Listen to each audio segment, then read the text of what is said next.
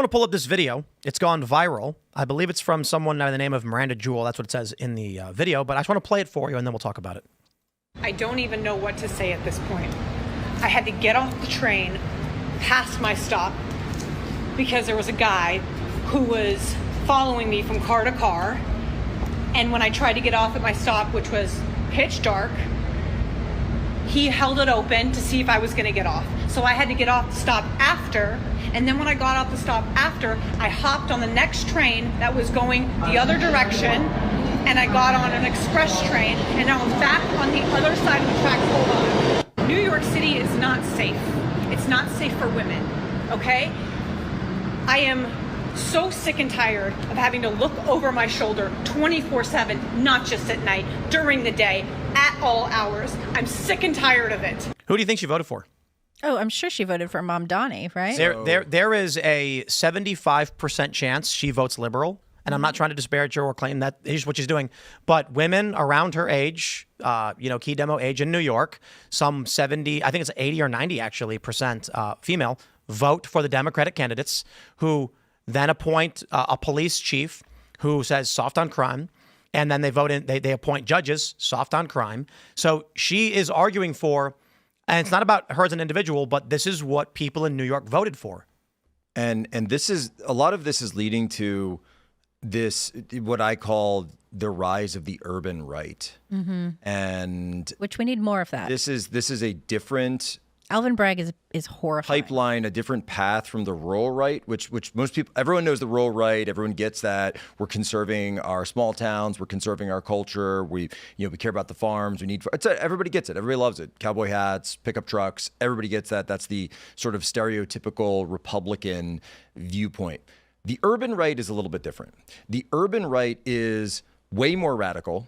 The urban right is a reactionary force because you're reacting to your home and your livelihood that's been stolen in front of your own eyes. And there's so many people now in the new right that are actually part of this urban right, including, by the way, Donald Trump himself, a Fifth Avenue billionaire who came down a golden escalator and was talking about this stuff has gotten completely out of control. People forget, by the way, that when he announced he was running for president, it was right, I think it was either right in the middle or right after the Freddie Gray riots in Baltimore that were going on at the time, where he has actually said publicly that Melania Trump watching those riots and watching Baltimore just be burned to the, I was there, was watching it be burned to the ground. It's one of my first live stream riots, yay.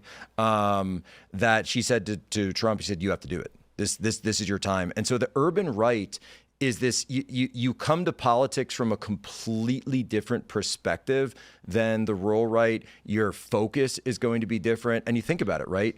Stephen Miller, where is he from? Santa Monica. Right. Right. He's not from, bless you, he's not from a place that is normally associated with the left. Neither am I. I mean, I grew up in and you look, a lot of us Philly, are from city and areas. New York, and it's like, Tim, you're a Chicago guy. None of that's what I'm. I was raised to be an abortion-loving liberal, and there, first of all, they showed us the video of an abortion when I was in 8th grade in CCD, and so I was never pro-choice ever, but thank you, Catholic Church. But these cities are also being really damaged by left-wing foundations. Like the MacArthur Foundation gave $3.3 million to the county that Charlotte is in, Mecklenburg County, to reduce their jail population. And you have Mom Donnie now in New York saying that he wants to reduce the population of Rikers Island. He said 100 days is too long to be in Rikers. Didn't mention the type of crime that would be committed. And it's just he didn't mention what's going on with their trials. No. I mean, it's not too long if you're actually going through the justice system. And these justice systems, like, does it take a while to get a trial? Yeah. Would it be better if we had faster trials? Sure, because then we could get you into maximum security faster. But so this is why it pushes people into the urban right, because you're someone you're not anti-city. Right? No, I love cities. Because you view cities as the beating heart of culture. This is where our economy runs. This is where all new culture comes out of. This is the height of civilization. Art, music, restaurants. All of it. it's the city. President Trump is out now showcasing how safe Washington, D.C. is by going out for seafood right around the corner from the White House. And so if you're a member of the urban right, which I've started talking about this publicly a couple of weeks ago, I've sort of had it rattling around for a while. I've discussed it with a few folks that are currently serving in our government and doing a fantastic job of it. And if I found it resonates a lot with a lot of people, because you just come to conservatism through a very different path, because you've seen your towns and your neighborhoods destroyed, and you've seen it turned over to crime, you've seen it turned over to violence, to migrants, both legal and illegal, these massive demographic shifts that we've been seeing. And you're like, I just want my home back. Who do I vote for to get that? Yeah, well, I mean, it's all come from from the rural conservative, kind of the more classic from eastern central Indiana. What we see in common with a lot of the urban right all comes down to the revivification of the traditional man, masculinity, this feminization that brought in socialism in this country by making you feel bad. There are people who are poor who you need to give your money to. And then over the racism issue, well, there are people who are black and you need to give your money to them. And then the LGBTQ, there are people who are gay, you got to give them money. Additionally, that kind of hyperfeminization has driven people in urban centers where college-educated white women are most likely to find their happy place. That's where families kind of circled around during the 70s through the 90s.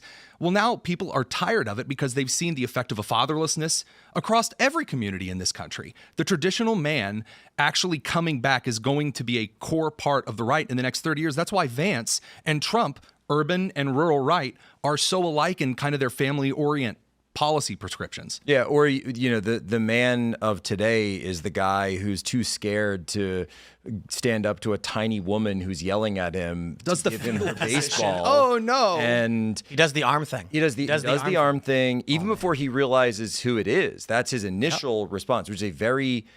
I mean, I don't know if that guy's got a touch of something or what, but he doesn't seem to, and he just seems very scared of his skin. And that is the modern American male, a ma'am. That is the modern American male is terrified to stand up to a woman, and that is a great microcosm of how we lost our great cities, how we lost our culture, the decline of the West, because we're I just want it to go away. I just want her to stop. So you take the ball from your child on his birthday, the home run ball. What greater ball? And you watch the video of this. I'm like, do people not have kids? My son would not care if I'm giving him money, if I'm saying, hey, I'm going to get better tickets. He wants the home run ball. And it's like, Dad, why did you take the ball from me? Why would you ever do that? What song you sing to this lady when you're at a baseball game, right? Take me out to the ball game. Na na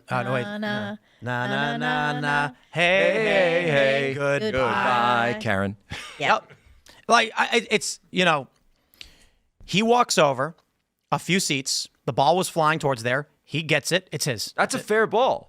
Well, it was totally a fair ball. For a minute, though, Tim, there's she never had her hands on it. Well, she may have touched it a little bit. She didn't have her hands on it. It was down in front of her. It wasn't even in her seats. It was the seats in front of her. So there's always as a guy who grew up with my dad taking me countless Phillies games.